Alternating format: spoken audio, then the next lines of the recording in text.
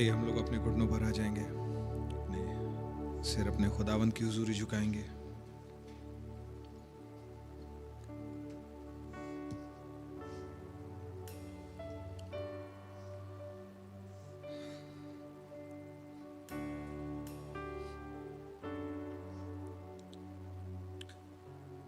महान सृष्टिकर्ता खुदावंद खुदा,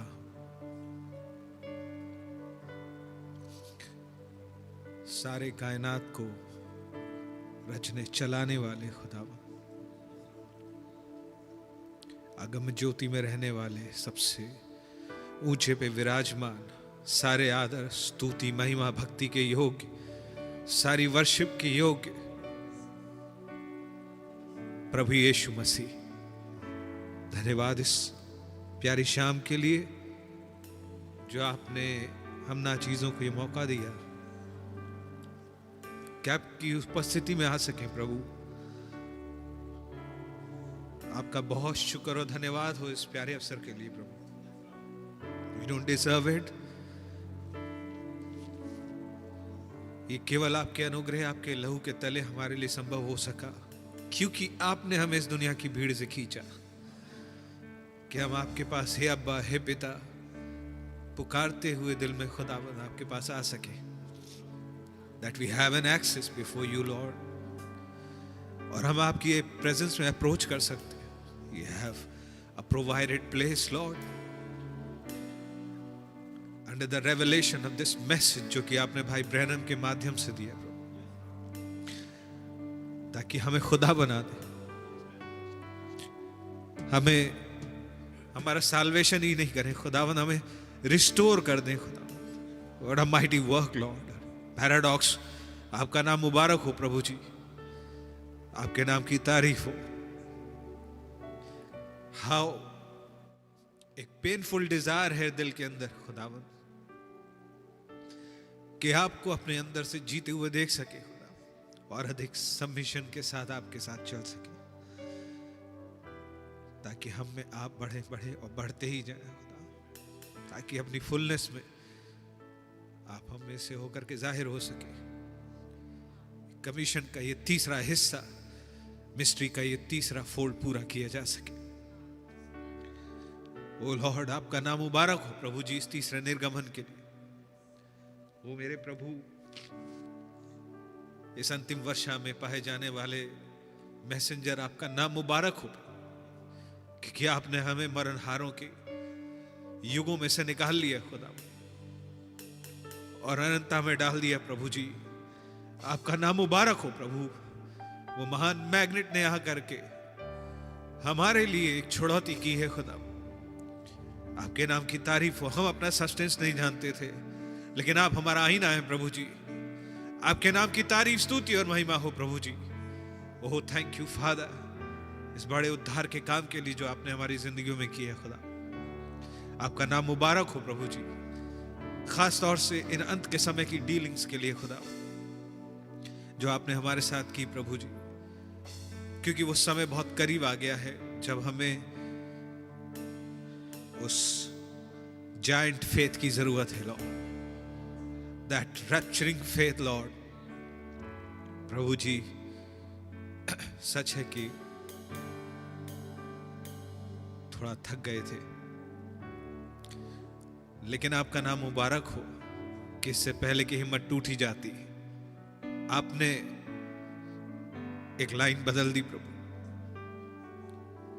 एक नई ज्योति जगा दी है खुदा। लॉर्ड जीसस, हमें से प्रत्येक के हृदय में एक डीप पेनफुल डिजायर, एक डेस्परेशन बन सके लॉर्ड, कि हम अपनी पहचान के लिए पर्याप्त भूखे हो सके खुदा।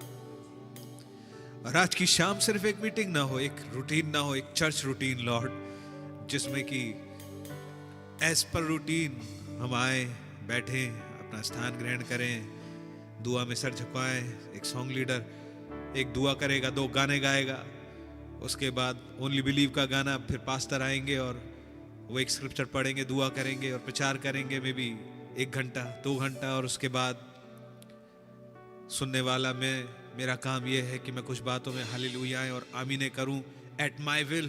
No, Lord. No, Father. ये क्या ही सौभाग्य है कि आपसे बात मुलाकात का एक एवेन्यू मिल गया है प्रभु। पूरी दुनिया से आपने जीवन को समेट लिया लॉर्ड, और हमारे लिए उस माउंटेन को दे दिया प्रभु, पर्दे को फाड़ दिया प्रभु जी। कहा है छोटे झुंड मत डर, आपके नाम की तारीफ हो प्रभु जी। Hello, I come in the volume of the book. Thank you Jesus. ऐ छोटे देश तू मत डर, क्योंकि यहोवा बड़े काम करेंगे, और वो समय आ गया प्रभु जी। आपका नाम मुबारक हो प्रभु। एक बहुत बड़े काम की ही जरूरत पड़ेगी खुदावंद हमें इस मरणहारिता से जीते जी निकाल लेने के लिए प्रभु। ओ लॉर्ड, वो फेथ जो कि एक गॉड कैरेक्टर है, not a man character lord. प्रभु जी, उसे उड़ेलने के लिए एक पैराडॉक्स चाहिए, एक अजूबा चाहिए, एक डिवाइन अलौकिक डीलिंग चाहिए, और उसी लिए हम आए प्रभु। काश आज शाम कुछ ऐसा कहा जाए, कुछ बोला जाए आपकी ओर से लॉर्ड, एक अलौकिक चैनल में लॉर्ड जीसस, कि प्रत्येक हृदय क्विकन हो सके for this step up Lord. प्यारे प्रभु जी, प्लीज आप ही आए सीन पे, और अपने बच्चों से हम कलाम होने की कृपा करें। फजल बख्शे खुदावंद की आपको एक करेक्ट राइट रिसेप्शन हर एक हृदय में मिल सके, आपके वचन को एक ओबीडियंस के साथ एक प्रॉपर स्वागत मिल सके, सर रखने का स्थान आपको मिल सके। आइए प्रभु जी, आइए खुदा, हमें आपकी जरूरत है। प्लीज टेक चार्ज लीजिए।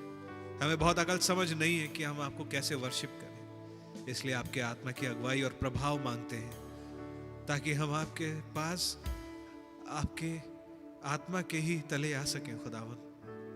कोई स्ट्रेंज स्पिरिट लेकर के नहीं, आप ही हमारी सोचों को, हमारे थॉट्स को, हमारे माइंडसेट को हमारी सोच के आयाम से उठा लें प्रभु, और अपने विचारों में ले चले खुदावन। जबकि इतना खुलासा वचन का हमारे लिए उपलब्ध है प्रभु, काश हमारे थॉट्स ट्रांसफॉर्म हो सके लॉर्ड, और आपको हमसे बात करने की ओपनिंग मिल जाए प्रभु जी। ओ लॉर्ड, प्लीज आइए, टेक चार्ज लीजिए खुदा। हर डिमोनिक डेविलिश प्रभाव को दूर कर दीजिए प्रभु जी। भाइयों बहनों के हृदयों से बात कीजिए खुदा, दुआओं को सुन लीजिए प्रभु, अपने तरीके से उत्तर दीजिए प्रभु जी। आइए, टेक चार्ज संभालिए प्रभु। हम आपके लिए आए खुदा, आपके साथ ही समय बिताना चाहते हैं, आपसे सुनना चाहते हैं प्रभु। ओ लॉर्ड, प्लीज हमारी इस दुआ को सुन लीजिए, क्योंकि हम इसे प्रभु यीशु मसीह के नाम में मांगते हैं। आमीन। Praise the Lord. खुदा के नाम की तारीफ हो। आमीन। आइए हम अपने प्रभु की तारीफ करेंगे और इस गीत को गाएंगे 223।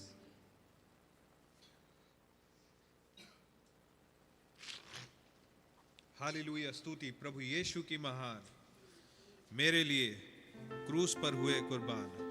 आमीन।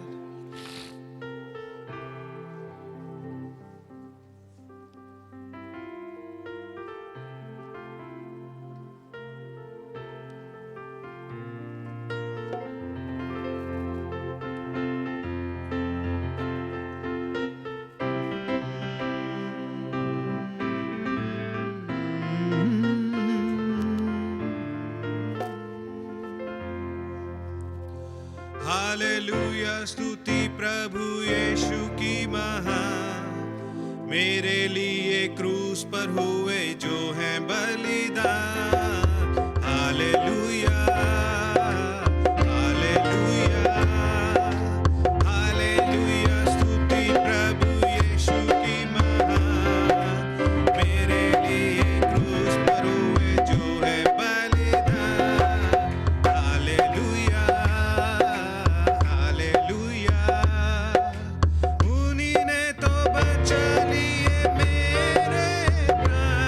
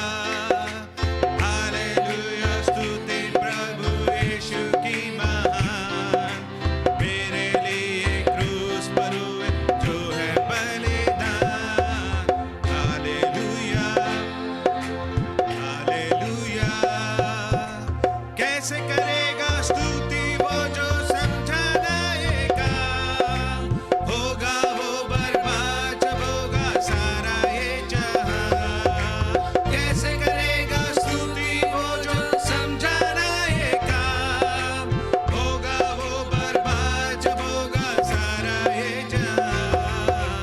हालेलुया हालेलुया हालेलुया, स्तुति प्रभु यीशु की महान। मेरे लिए क्रूस पर हुए जो है बलिदान। हालेलुया हालेलुया, क्रूस से लेकर अब तक करते रहे उनका इकरार, जिनके नाम आलम से पहले थे मसीह के साथ। क्रूस से लेकर अब तक करते रहे उनका इकरार, जिनके नाम आलम से पहले थे मसीह के साथ। हालेलुया हालेलुया हालेलुया, स्तुति प्रभु यीशु की महान। मेरे लिए क्रूस पर हुए जो है बलिदान। हालेलुया हालेलुया, नाम अंतिम जब बोला उनने खत्म हुई शफात, उठकर खड़े हुए झटके से शैतान के दीदार। नाम अंतिम जब बोला उनने खत्म हुई शफात, उठकर खड़े हुए झटके से शैतान के दीदार। हालेलुया हालेलुया हालेलुया, स्तुति प्रभु यीशु की महान। मेरे लिए क्रूस पर हुए जो है बलिदान।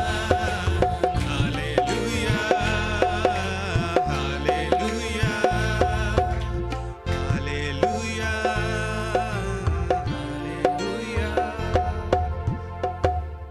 आमीन। खुदा के नाम की तारीफ हो गए।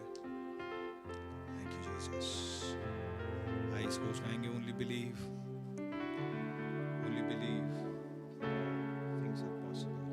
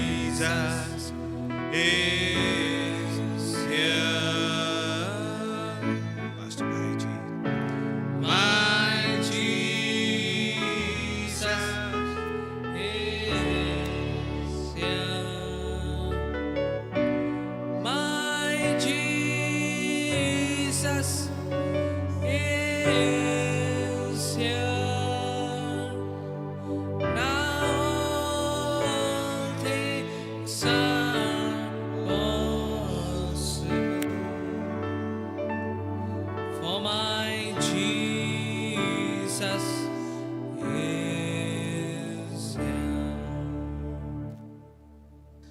महान सामर्थी खुदाबंद, राजाओं के राजा, प्रभुओं के प्रभु, एक बार फिर से प्रभु आपके चरणों में आते हैं।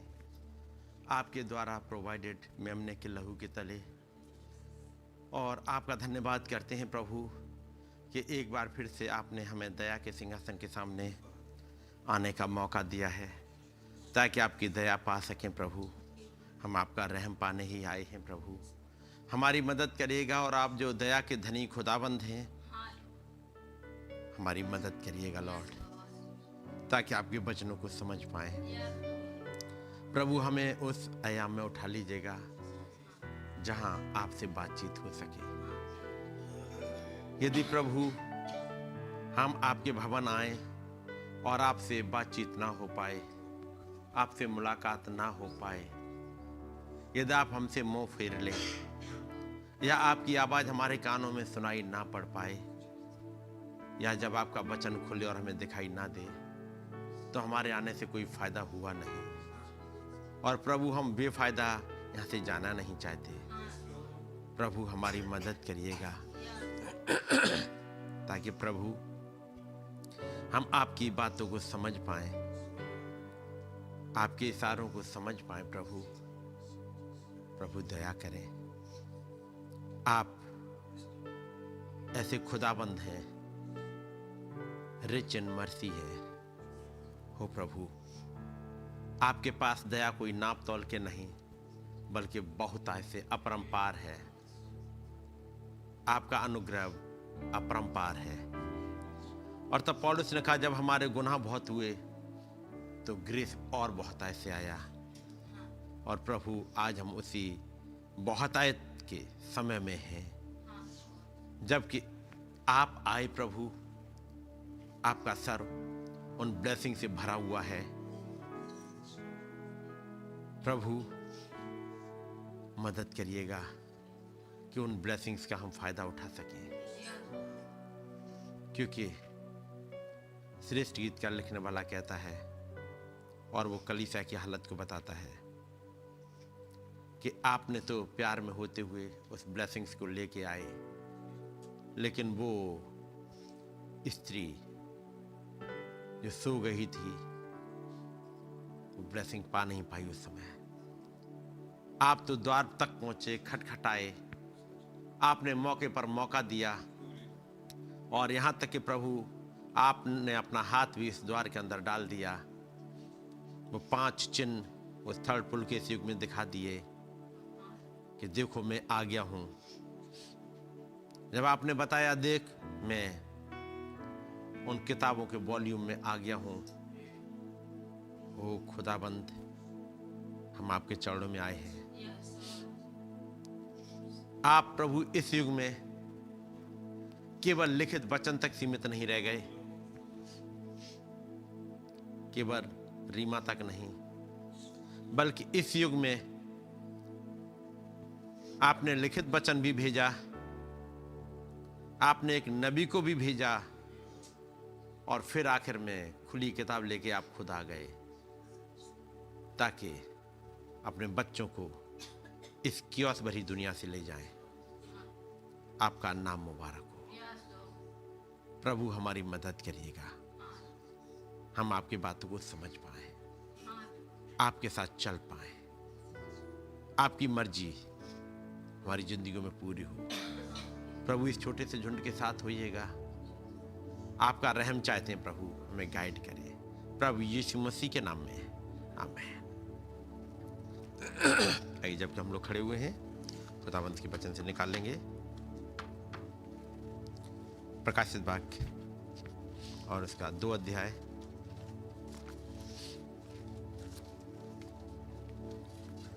प्रकाशित वाक्य 2 अध्याय और इसकी पहली आयत से मैं पढ़ूंगा। इफसुस की कलीसिया के दूत को ये लिख,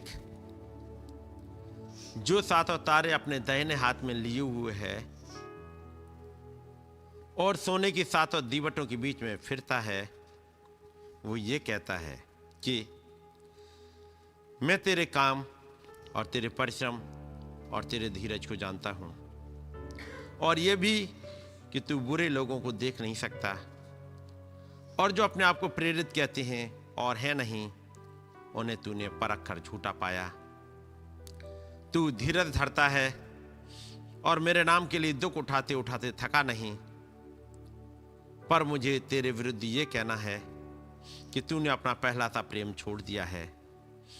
इसलिए स्मरण कर कि तू कहाँ से गिरा है और मन फिरा और पहले के समान काम कर। यदि तू मन ना फिराएगा तो मैं तेरे पास आकर तेरे दीवट को उसके स्थान से हटा दूंगा। पर हाँ, तुझ में ये बात तो है कि तू निकलइयों के कामों से घृणा करता है, जिनसे मैं भी घृणा करता हूँ। जिसके कान हो वो सुन ले कि आत्मा कलीसियाओं से क्या कहता है। जो जय पाए, मैं उसे जीवन के पेड़ में से जो खुदा के स्वर्गलोक में है फल खाने को दूंगा। आइए दुआ करेंगे। प्यारे प्रभु, एक बार फिर से आपके चरणों में है। प्यारे पिता, हमारी मदद करिएगा। अपने सामर्थ्य हाथों से हमें खींच लीजिएगा उस ऊंचाई पे प्रभु, जहां आपकी आवाज सुनाई दे सके, जहां हमारी आंखें देख सकें, हमारी समझ खुल जाए और वो हेलमेट जो आपका है प्रभु, जो इस युग में प्रोवाइड हुआ है, उसे हम पहन पाएं। हमारी मदद करिएगा प्रभु यीशु मसीह के नाम में, आमीन। सब लोग बैठ जाएंगे। खुदावंद का नाम मुबारक हो। खुदावंद ने बड़ी दया करी और ख़ास तौर से जबकि मैं और भाई फिलिप जब सिक्किम गए थे, सुरक्षित लेके गए खुदावंद, और सुरक्षित लेके आए। और वहाँ के लोगों ने आप लोगों को अपना प्रेज़ द लॉर्ड भेजा है। और ख़ास तौर से वहाँ के पास्टर भाई जॉन जो हैं, जिन्होंने अपना प्रेज़ द लॉर्ड बोला है सब लोगों को। और वहाँ पर 2 जॉन हैं। एक जॉन साउथ सिक्किम में है, जो कि अभी वहाँ पे पास्टर हैं, भाई जॉन, इनका पूरा नाम शायद जॉन तमांग है। और एक और दूसरे भाई हैं, अब वेस्ट सिक्किम में भी एक झुंड है। तो खुदावंद की दया से दोनों जगह जाने का मौका मिला, चूँकि उन्होंने भी वहाँ पे भवन बनवाया है ताकि वहाँ लोकल लोग इकट्ठे हो सकें। क्योंकि साउथ सिक्किम वाला जो चर्च है और इस वेस्ट सिक्किम वाले चर्च से लगभग 5 घंटे का रास्ता है। तो हर संडे या हर थर्सडे की मीटिंग में वहाँ नहीं जा सकते। तो उस भाई ने, उनका भी नाम जॉन है, जॉन LV जॉन, तो उन्होंने वहाँ पे एक भवन बनवाया था। पिछली बार मुझे जाना था ताकि इनॉग्रेशन के समय पहुँच सकूँ, लेकिन मैं नहीं पहुँचा तो भाई जोशुआ गए हुए थे। और फिर इस बार मुझे मौका मिला ताकि वहाँ पहुँचें, देखें। फिजिकल तौर पे देखा जाए बहुत ही प्यारी जगह है, बहुत ही प्यारी। सामने वो पहाड़ दिखते हैं, वो कंचनजंगा की चोटियाँ दिखती हैं, बर्फ़ दिखती है, और सुबह देखिएगा तो खूबसूरत वो जैसे सोने जैसी दिखती हैं वो सफ़ेद वाली पहाड़ियाँ जब सूरज की पहली रोशनी पड़ रही होती है। और ठीक सामने वो पहाड़ रहते हैं, वहीं पर उनका चर्च भी है। तो खुदावंद ने मौका दिया वहाँ तक जाने का और उन लोगों से मुलाकात करने का। और चूँकि नया झुंड है जोश से भरे हुए, और खुदावंद के साथ चलने के लिए वो तैयार रहते हैं।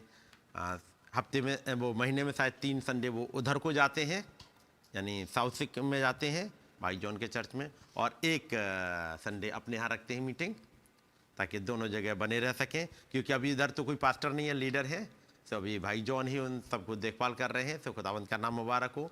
और उन सब ने आप लोगों के लिए अपना प्रेज़ द लॉर्ड भेजा है और खुदावंद ने बड़ी दया करी। कई एक चीज़ें देखने का, समझने का। हाँ, ये ज़रूर है कि पैर ज़रूर थकते हैं, क्योंकि वो बताते बस यही है, यही वहाँ पे चर्च है। और जो भाई LV जॉन ने बनाया वहाँ चर्च, वहाँ पे रास्ता भी नहीं है, मतलब सीढ़ी भी नहीं है, क्योंकि वो दूसरे की ज़मीन है तो सीढ़ी नहीं है। तो बस ऐसे ही स्लोप पे वो चढ़ते जाना है। उन्होंने कुछ कुछ जगह जैसे खोद देते हैं ताकि वो प्लेन सा हो जाए। और जब ओस पड़ती है तो बस ऐसे लगता है कि वहाँ से आएंगे तो नीचे ही पहुँच जाएंगे। तो बस आप जरा से वो हुए सही से नहीं देखे या रात का वक्त है तो पता नहीं कब वहाँ से खिसके तो अपने आप ही नीचे आ जाएंगे।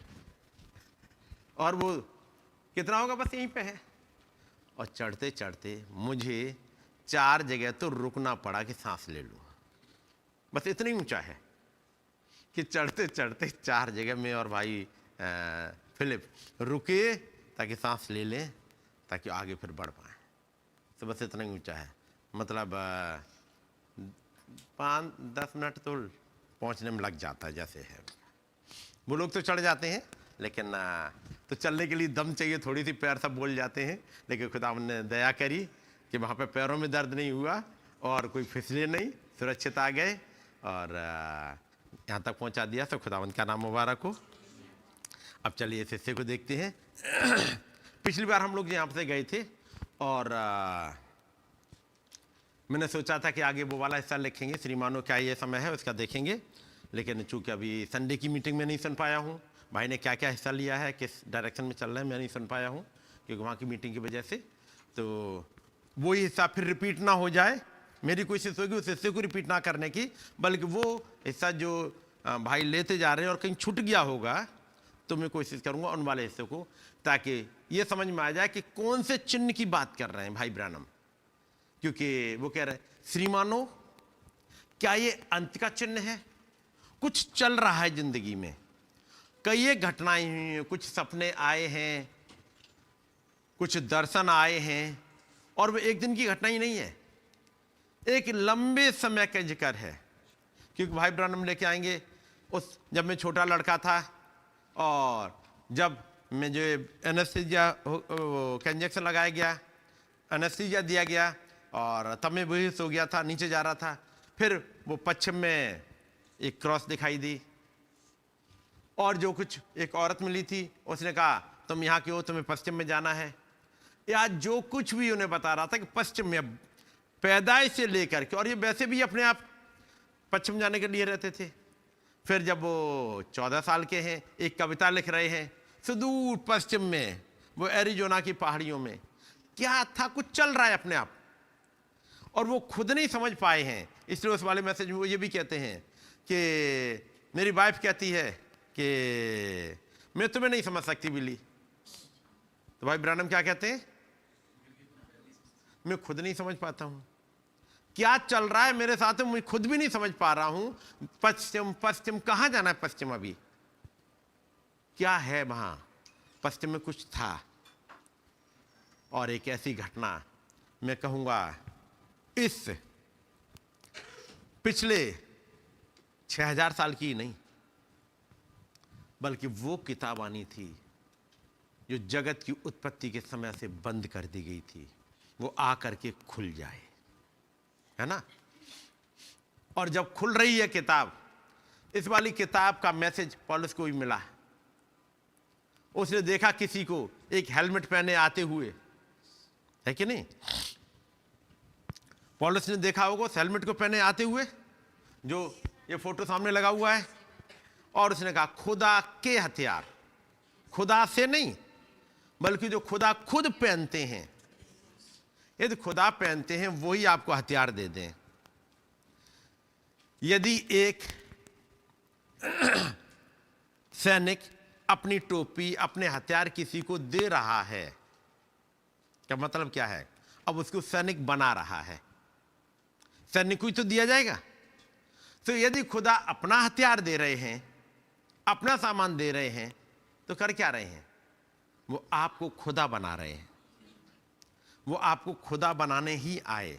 आपने सुना होगा मैसेज में पिछले दिनों, जब एक दिन भाई ने रखा था, भाई आशीष ने एक ऐसा रखा था, जो भविष्यवक्ता को भविष्यवक्ता जानकर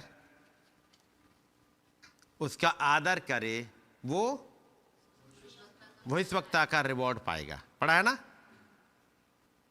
जो धर्मी को धर्मी जन जानकर, धर्मी को धर्मी जन जानकर उसका रेस्पेक्ट करे, उसे एक कटोरा पानी पिलाए, वो धर्मी का रिवॉर्ड पाएगा, है ना।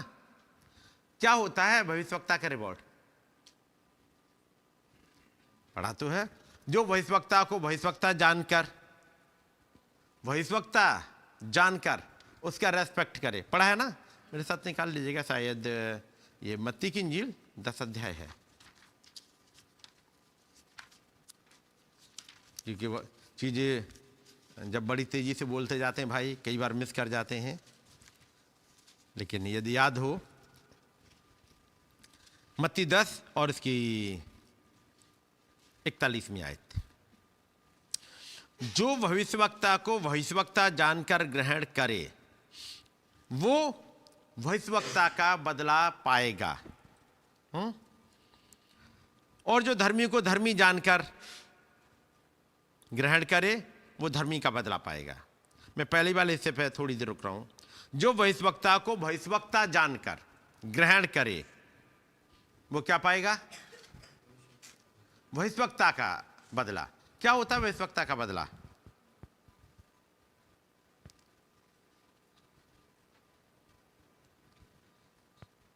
He that receiveth a prophet in the name of a prophet shall receive a prophet's reward. भविष्यवक्ता का रिवॉर्ड क्या होता है? भाई आशीष ने प्रचार किया था। क्या होता है भविष्यवक्ता का रिवॉर्ड? जो प्रॉफिट को ब्लेसिंग मिली और खुदावंद आपके मर्म को प्रकट करते हैं, और क्या क्या जो भाई ने वो सेंटेंस बोले याद मीटर के, वो याद हूं उस समय के, गौर से सुना होगा तो। जो भविष्यवक्ता को भविष्यवक्ता जानकर ग्रहण करे,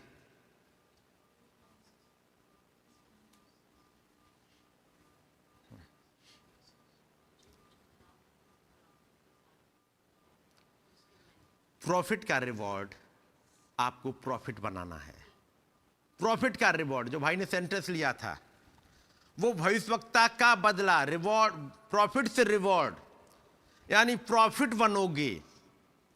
यदि प्रॉफिट को प्रॉफिट जानकर ग्रहण किया तो क्या बनोगे? आप प्रॉफिट बनोगे। यदि धर्मी को धर्मी जानकर ग्रहण करोगे तो धर्मी बन जाओगे। उसका गिफ्ट नहीं, प्रॉफिट का रिवॉर्ड यानी प्रॉफिट बनोगे। तो यदि खुदा को खुदा जानकर ग्रहण करे तो, और ये वचन आया क्यों है? जो आपके पास ये मैसेज रखे हैं, ये ढेर सारे देखे होंगे। ये जो मैसेज की किताब यहाँ पर नहीं है, चलिए कोई एक ले लेते हैं। ये है मेरे पास चर्च एजेस। ये किसकी किताब है? ये प्रॉफिट की किताब है। और ये प्रॉफिट की किताब को आपने प्रॉफिट का वचन जान के ग्रहण किया, आप प्रॉफिट बन जाओगे, है ना? बात समझिए नहीं? यदि इसको प्रॉफिट का वचन जान के आपने ग्रहण किया तो क्या बनोगे? आप प्रॉफिट बन जाओगे। और यदि आपने इसे खुदा का वचन जान के ग्रहण किया तो,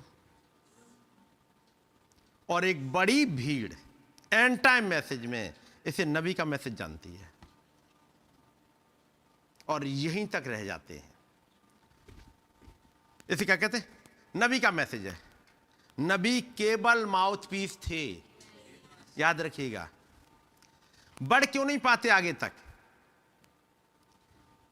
आप देखोगे वहां कुएं पे एक स्त्री है आई, और जब बातचीत हो रही है उसने उसे यहूदी समझा, ये समझा था। और तब यहूदी समझने के बाद एक चीज समझ में आई, हमारा इससे कोई लेन देन नहीं है। चूंकि ये यहूदी है, मैं सामरी हूं, मेरा इससे कोई लेन देन नहीं है, क्योंकि उसने उसे यहूदी समझा था। कुछ बातचीत के बाद जब भेद खुले, भेद, उसने उसे प्रॉफिट समझा। कुछ भेद खुलने के बाद क्या समझा? वो एक प्रॉफिट है, तो एक प्रॉफिट का रिवॉर्ड मिलेगा। और तब कहती है, और वो मसीहा आएगा, मसीहा आएगा तो कुछ और बताएगा। और जब उसने कहा जो तुझसे बातें कर रहा है वही है, और जब तक उस स्त्री ने उसे यहूदी समझा, उसे पानी भी नहीं मिला। जब उसने प्रॉफिट समझा, उसे कुछ भेद खुल गए। लेकिन जब उसने उसे खुदा समझा, वो अपना घड़ा छोड़ के भागी ताकि उसकी गवाही दे पाए। वो क्या बन गई थी? उस खुदा की बेटी, है ना? उसके सारे गुनाह खत्म। जब तक उसने उसे प्रॉफिट समझा, तब भी उसके गुनाह खत्म नहीं हुए, क्योंकि प्रॉफिट गुनाह माफ नहीं कर रहे। उन्होंने कभी नहीं कहा कि मैं गुनाह माफ करने आया हूं। एज ए प्रॉफिट, क्योंकि गुनाह माफ करने का अधिकार तो केवल और केवल खुदा को है। तो जब तक इन किताबों को आप समझोगे भाई ब्रानम का मैसेज, भाई ब्रानम ने कहते हम लोग जरूर हैं कि नबी ने प्रचार किया, और ऐसे ही कहेंगे जैसे कहते और इशाया ने ये कहा है। नो डाउट इशाया ने ये कहा है, लेकिन जो कुछ इशाया ने कहा है किसी पर डाउट होता है क्या? कभी डाउट नहीं होता। इस बात के लिए नहीं कि इशाया ने नहीं कहा होगा, इस बात पर कभी डाउट होता है कि ये खुदा का वचन नहीं है ना? यदि इशाया ने कहा है तो इसे क्या कहते हैं? खुदा का वचन है। जबकि कहेंगे पतरस ने ये कहा है, पौलुस ने ये कहा है, यूहन्ना ने ये कहा है, लेकिन कहीं भी ये दिमाग के किसी भी हिस्से में ये बात नहीं आती है कि ये खुदा का वचन नहीं है कि नहीं? ये कहते हैं मूसा ने कहा है, ये शमूएल नबी किताब में, और शमूएल ने ये कहा, लेकिन कभी ये नहीं आता सोच के ये खुदा का वचन नहीं है, ये शमूएल का वचन है, ये कभी नहीं आता। तो क्या यही सोच इस वचन के साथ आ पाई है? जब राजाओं की किताब में हिस्ट्री लिखी जा रही है तब भी कहते हो खुदा का वचन है। तो जब इसी का नबी जब बोल रहा है मैं वहां गया था, मैं यहां गया था, मैंने ये किया, मैंने ये करा, वो भाई मिले, क्या उसको उस वाली गहराई से ले पाते हैं? यही वजह है जिसके सुनने को जो हम पढ़ रहे थे, जिसके सुनने के कान हो वो सुन ले कि आत्मा कलीसियाओं से क्या कहता है, क्या कहा। जो कुछ नबी ने कहा, जब तक आपने समझा ये नबी का वचन है, भाई ब्रानम बात कर रहे हैं, तब तक आपको वो रिवॉर्ड नहीं मिलेगा जिसके लिए इस युग में बुलाए गए हो। प्रॉफिट को प्रॉफिट जानकर, प्रॉफिट का वचन जानकर समझे तो वो केवल आप एक प्रॉफिट तक पहुंच जाओगे, प्रोफेसी करोगे, लेकिन पोजेशन की बात आएगी। एक बड़े झुंड ने ग्रहण किया था मूसा का वचन, और कोई पूछे कहां जा रहे हैं? हम लोग प्रॉमिस लैंड जा रहे हैं, प्रॉमिस लैंड, कनान में जाएंगे, कनान में जाएंगे। कितने पहुंचे?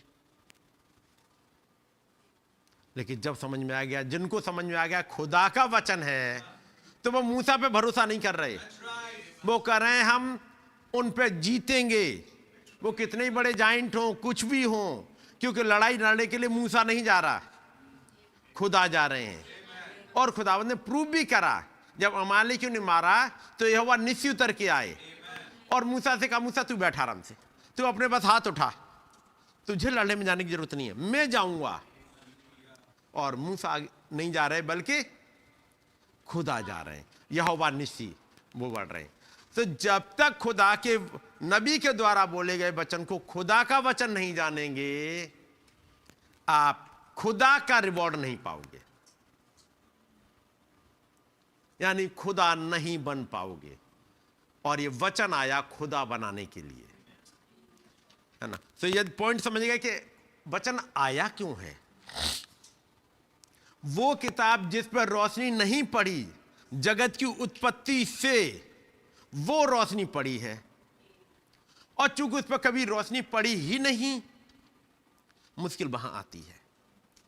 एक था ऐसा, जैसे फॉर एग्जाम्पल कहूं मलकीसेदेक के बारे में, उत्पत्ति से लेके, यानी मूसा ने जो किताब लिखी उत्पत्ति से लेके मलाकी तक, केवल एक प्रॉफिट है जिसका नाम है दाऊद। एक लाइन लिख देता है बस, और वो कहा, और वो कहीं पौलुस ने कहा कि कहीं वो ये कहता है कि वो सदा काल का महायाजक है। पढ़ा है आप लोगों ने? ये किसने कहा? दाऊद ने। शायद भजन संहिता 110 है शायद, मेरे विचार से, शायद नहीं तो देख लीजिएगा, जहां तक मेरे विचार से वही है कि वो कहीं पर ये कहता है कि वो सदा काल का महायाजक है। बस एक लाइन। एलिया ने कुछ नहीं कहा, मूसा जैसे नबी ने कभी कुछ नहीं जिक्र किया उस मलकीसेदेक के बारे में, नहीं मिलेगा कहीं, है ना? इसहाक ने, याकूब ने, यूसुफ ने कहीं नहीं करा जिक्र। ये तो बड़े बड़े नबी थे, डैनियल ने, इशाया ने, इर्मिया ने, मलाकी ने, यहेजकेल ने, किसी ने कोई कहा ही नहीं जो नबी हुए थे। केवल एक लाइन है, किसी गाने में आ गई थी और गाने को गाना समझा और 2000 साल तक गाते रहे गाना, और समझ नहीं पाए ये गाना नहीं था, एक रेवलेशन था। लेकिन उस गाने की एक लाइन को, गाने की लाइन को जो दाऊद ने प्रेरणा में भर के कहा, उसको पौलुस कहते हैं। और वो कहीं ये कहता है, आपने पढ़ा है सेंटेंस या नहीं पढ़ा है? नहीं, मैं वो निकालना चाह रहा हूं, वो है इब्रानियों 5, देखिएगा 5 और इसकी कौन सी आयत है? 6, पढ़िएगा।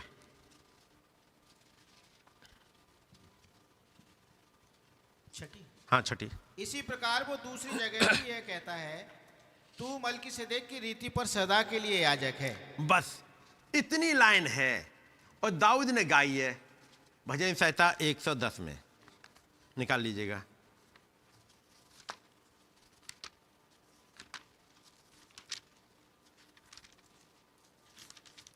भजन संहिता 110 और इसकी 5 है, 4 पढ़िएगा भाई। यहोवा ने शपथ खाई और न पछताएगा, तू मलकीसेदेक की रीति पर सर्वदा का याजक है। वो गाना गाते गाते कुछ गाते जा रहे हैं।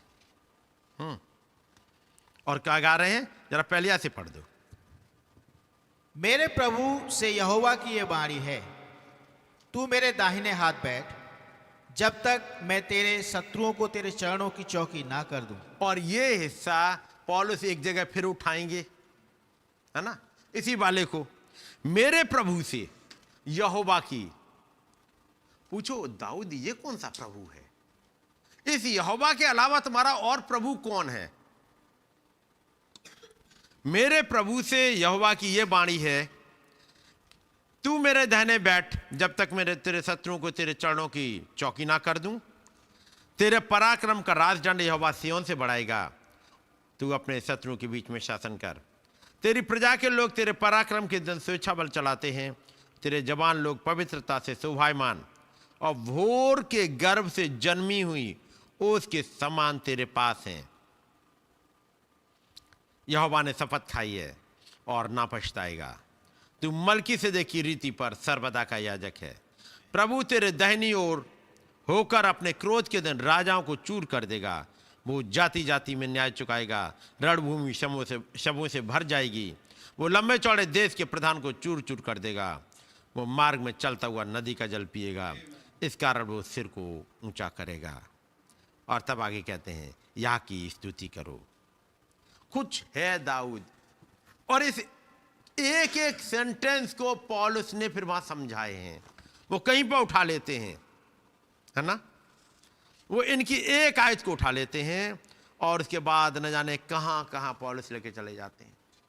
कर वो कहीं पर पढ़ा है तुमने, वो गाना सुना है जो दाऊद ने गाया था, सर्वदा काल का याजक। उन्होंने हाँ गाना गाया तो था, शायद कुछ ज्यादा जोश में भर गए, उन्होंने वो गाना गा दिया होगा। तब पौलुस अब इस मलकीसेदेक पे आ गए चलते हुए और समझाते हैं मलकीसेदेक को। जब कुछ मलकीसेदेक के बारे में कहने लगे, क्या तुम्हें पता मलकीसेदेक के बारे में? उन्होंने मलकीसेदेक, वो महायाजक के बारे में नहीं पढ़ा। लोग कहते हैं हाँ हारून के बारे में पढ़ा है, मूसा ने हमें देखो व्यवस्था की किताब दी और ये किताब, इसमें कहीं जिक्र नहीं है मलकीसेदेक का। मूसा ने जो व्यवस्था दी कहीं पे है? नहीं है। निर्गमन व्यवस्था विवरण सब पढ़ लिया, कहीं पे इस मलकीसेदेक का जिक्र नहीं आया। उसके बाद अब मूसा समझा रहे हैं कुछ, वो पौलुस समझा रहे हैं। जैसे बैठे हो लोग, वो तो खैर उन्होंने चिट्ठी लिखी है, लेकिन मान लो वो मीटिंग में प्रचार कर रहे हो, और जैसे भाई ब्रैनम ने चर्चेज प्रचार करे, फिर लोग भूल ना जाएं तो किताब भी बनवा दी, क्योंकि बहुत इंपॉर्टेंट चीजें हैं। हो सकता है कि इब्रानियों में उन्होंने प्रचार किए हों, और जब उन्होंने प्रचार की मीटिंग उनका किसी ने रिकॉर्ड बना के हो, मलकीसेदेक वाले टॉपिक का भी किसी ने रिकॉर्ड बना लिया हो, फिर पौलुस बैठेंगे उसको एडिट करके अपनी किताब बना देंगे। ये लो इब्रानियों की बुक ऑफ हिब्रूज, ऐसी तो किताब मिलती है आपको मैसेज वाली, बुक ऑफ हिब्रूज, ये इब्रानियों की किताब है। पूरा रेवलेशन इब्रानियों चैप्टर 1, 2, 3, 4, 5, 6 भाई ब्रानम ने प्रचार किया। कहां तक प्रचार किया? हिब्रू की किताब में हिब्रू चैप्टर 1 प्रचार किया भाई ब्रानम ने। कितने चैप्टर प्रचार किए? चैप्टर 1, चैप्टर 2, चैप्टर 3 प्रचार किया। Chapter 4, chapter 5, chapter 6, chapter 7, chapter 8 नहीं, क्योंकि 7 में मलकीसेदेक आ जाता है। फिर आ जाते क्वेश्चन आंसर पे। अभी क्वेश्चन आंसर भी लेंगे, लेकिन 7 के आगे क्यों नहीं बढ़ रहे हो? क्या रे बस मलकीसेदेक तक तो आना था। 7 और कलीसियाई काल में चलते चलते के मलकीसेदेक तक आना था, और जहां मलकीसेदेक आए यही तो रीति चाहिए थी। अब 8, 9, 10 में तो आगे चीजें और हैं, लेकिन मेन टॉपिक मुझे मलकीसेदेक तक लाना था। 1 से 7 के बीच में ये सब आ जाएंगे। चैप्टर 9, 8, 9, 10, 11, 12, 13 जो है सब इसी में आ जाएंगे। अब पढ़िएगा 7 तक है, 7 तक ही क्यों? और वहां मलकीसेदेक का हिस्सा आता है जब वो नबी प्रचार कर रहे हैं। तो जब भाई पौलुस प्रचार कर रहे हैं 5वें अध्याय में मलकीसेदेक का टॉपिक लेके आते हैं।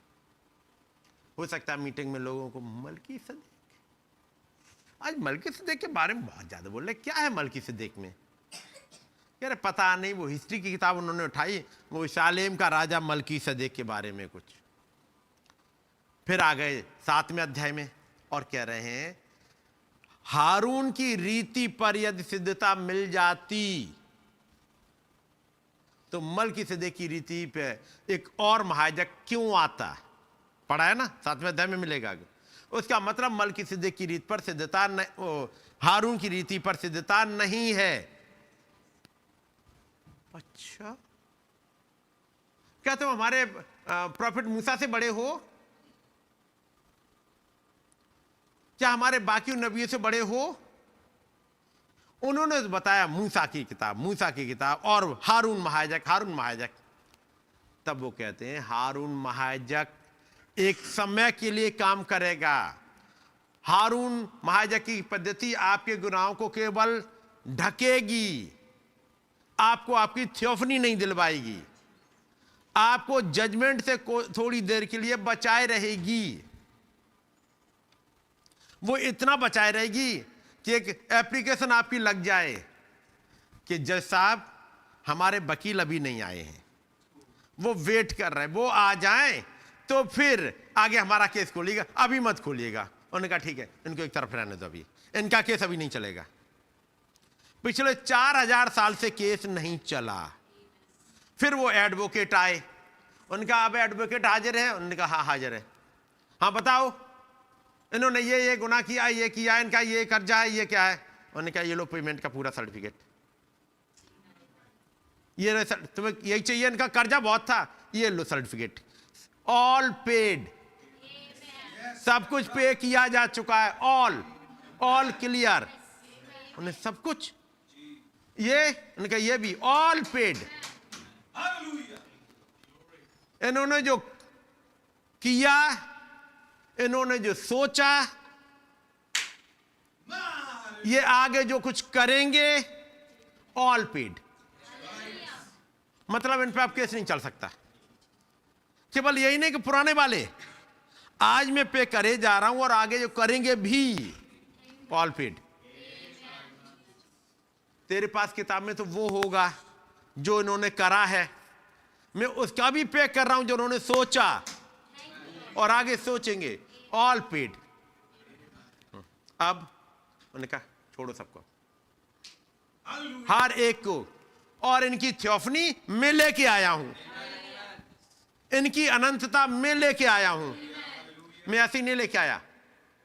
मैं जब यहां से लेके जाऊंगा, शमूएल नबी को बुढ़ा नहीं लेके जाऊंगा मैं यहां से कि बेचारा जा रहा है स्वर्ग में झुके हुए कमर के साथ में, नहीं जाएगा। ये सब मेरे बच्चे हैं, अपना ड्रेस पहन के, नया ड्रेस पहन के ही जाएंगे। मैं आया ही इसलिए हूं, इससे पहले कि वापस लौटें। वहां पे एक बड़ी भीड़ इंतजार कर रही है, इनको वेट कर रही है। मैं ऐसे नहीं ले जाऊंगा अपने बच्चों को। उन सबको थियोफनी दे करके लेके गए। अब्राहम बुढ़ा नहीं गया। तब नबी ने समझा, वो आए और कहते ये प्यार कहां है, ये तो देखा नहीं था, इतना सुंदर।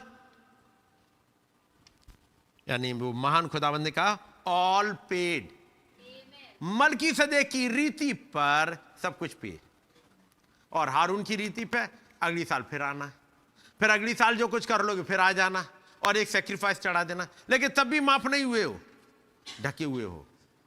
लेकिन एक एप्लीकेशन लग गई थी कि भाई जब तक इनका केस मत चलाना, जब तक इनका वकील ना आए। लेकिन थैंक गॉड हमारे पास एक ऐसा वकील आया जिसने लिखा ऑल पेड, और सिग्नेचर उस पे, ऑल पेड पे मालूम सिग्नेचर किसके थे? प्रकाश बाग 1 निकालिएगा।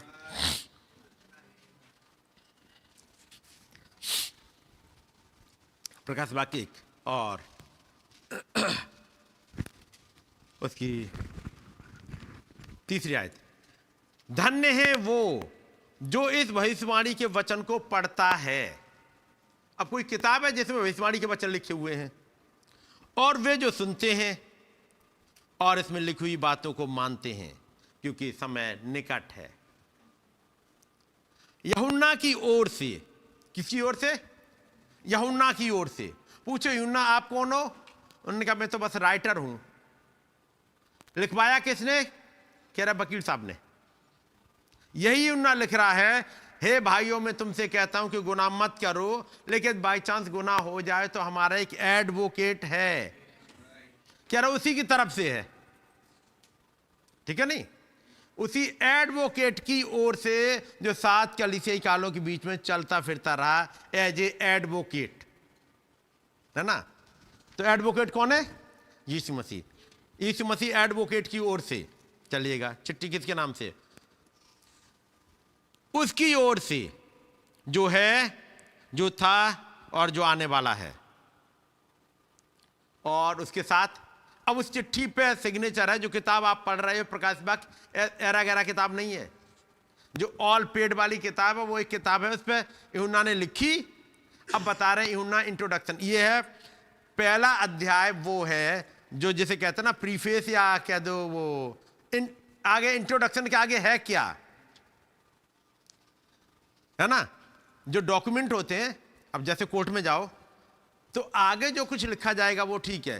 पहले ही पेज पर वकील कौन है इनका, पार्टी कौन है, किसके लिए केस करा जा रहा है, पहले पेज पे लिखा जाता, सब डिटेल होता है ऐसे ही। उसके बाद आगे पूरे पेपर अटैच करे जाएंगे एक एक करके। स्टार्टिंग में पहले ही पेज पे वो कह रहे हैं यूहन्ना की ओर से जो आसिया की 7 कलीसियाओं के नाम। अब आगे लिख रहा है किसकी ओर से? अब यूहन्ना कह रहा है मेरी तरफ से नहीं है, मैं तो राइटर हूं।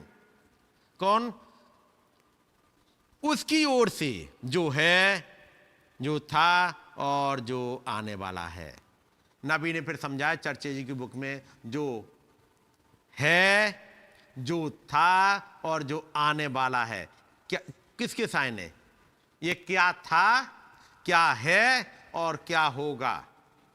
तब वो पुत्रों को समझा रहे हैं, अब्राहम का पुत्र, दाऊद का पुत्र, है ना? वो तमाम पुत्रों को समझाया, मनुष्य का पुत्र, वो सब समझा रहे हैं वहां पे। वो डिटेल में नहीं जा रहा, वहां पढ़िएगा सब मिलेगा, एक एक पॉइंट पढ़िएगा। आगे उन 7 आत्माओं की ओर से जो उसके सिंहासन के सामने है और हर एक युग में भेजी गई थी।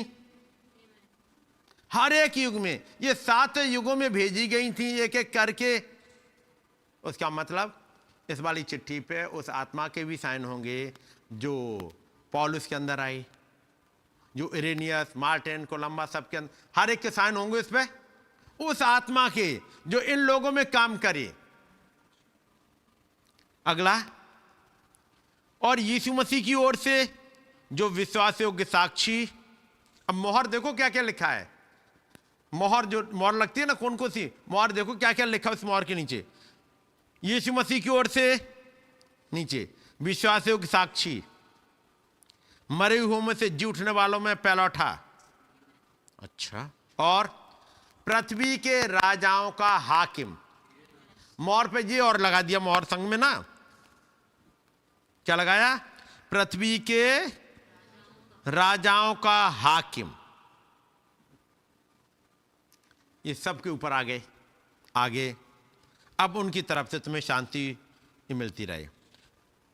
आगे, और हमें एक राज्य और अपने पिता खुदा के लिए याजक भी बना दिया, उसी की महिमा पराक्रम होती रहे। अब चिट्ठी मालूम किसकी ओर से है, कितनों ने साइन करे, या कौन कौन सी पोस्ट से साइन है? यूहन्ना राइटर, उसकी ओर से जो है एक मोहर वो लग गई, जो था वो भी मोहर। साइन करने वाले कौन है? खुदाबंद यीशु मसीह। जो है उन्हें मैंने साइन कर दिए, जो था वो भी कर दिए, जो आने वाला है उन्हें दाऊद के पुत्र के रूप में आने वाला है, वहां भी साइन कर दिए। फिर उन 7 आत्माओं की ओर से वो भी साइन हो गए। फिर विश्वासियों के साक्षी, उन्होंने कहा मैं साइन कर दे रहा हूं यहां पे भी। मरे हुए में से जी उठने वालों पहला उठा, उन्होंने कहा यहां भी मैं कर दे रहा हूं। सबसे नीचे आए पृथ्वी के राजाओं का हाकिम, उन्होंने कहा यहां भी मैं ही साइन करूंगा। मैं केवल एज ए एडवोकेट नहीं कर रहा। अब ये जब जाएगा पेपर वहां पे कोर्ट में, किसके पास? जब ये पेपर कोर्ट में जाएगा तब तक ये एडवोकेट जज बने बैठे हैं।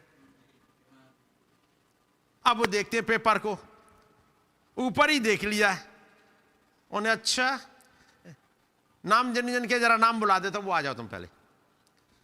अब मैं केस मेरा पूरा पड़ा हुआ है, इन 7 कलीसियाई कालों में हर एक का केस में देखता रहा हूं। इनके लिए मुझे ज्यादा कुछ बहस करने की सुनने की जरूरत ही नहीं है। हर एक का मुझे पता है नेचर, जितने हैं नाम यहां पर हर एक का नाम पता है मुझे। उनके पौलुस के समय के उन्हें पता है मुझे, क्योंकि पौलुस के समय जिस आत्मा को मैंने भेजा था उसने साइन किए हैं। इरेनियस के समय जिसको भेजा था उसने भी साइन किए हैं, है कि नहीं? उन 4 जानदारों ने, उन्होंने भी साइन कर दिए हैं, उनके साइन है। अब उनमें बस यही है कि जो नाम है इनका केस क्लियर है। उन्हें मालूम है बेचारे, उनके उस समय वो मिल नहीं पाया था न्याय, क्योंकि टाइम था, लेकिन उन्होंने साइन करे थे, अपनी एप्लीकेशन दी थी, इनका केस क्लियर है। इनकी थियोफनी इन्हें दे दी जाए, इनका केस क्लियर कर दिया जाए, है ना? ये एरा गहरा के नहीं है। मैं और आप उस लेटर को पढ़ रहे हैं जिसमें सुप्रीम कोर्ट के जज ने साइन कर दिए हैं, पृथ्वी के राजाओं ने, और ऊपर लिख दिया ऑल पेड। जो ये कर रहे हैं, जो उन्होंने करा है, कर रहे हैं और करेंगे, जो उन्होंने सोचा था, जो सोच रहे हैं, जो सोचेंगे, ऑल क्लियर। ये उसके साइन है। ये ऐसी किताब है। और क्या सुप्रीम कोर्ट के जजमेंट को समझने के हर एक का बस होता है? सुप्रीम कोर्ट के डिसीजन को समझने के लिए ना कम से कम हाई कोर्ट का वकील तो चाहिए। गहरा गहरा समझने पहुंच गया मैं, सुप्रीम कोर्ट का जजमेंट, अरे लाओ मैं पढ़ लूंगा, उसकी लैंग्वेज, धारा, ये केस, वो केस, भाई साहब कुछ नहीं आएगा, ऊपर से निकल जाएगा सब। और यही वजह है ये प्रकाश बाकी किताब समझ में नहीं आती। उसके लिए चाहिए राजा और याजक। इसलिए आगे लिखा है उनके नाम जो राजा और याजक हैं। 6 आयत पढ़िएगा जरा।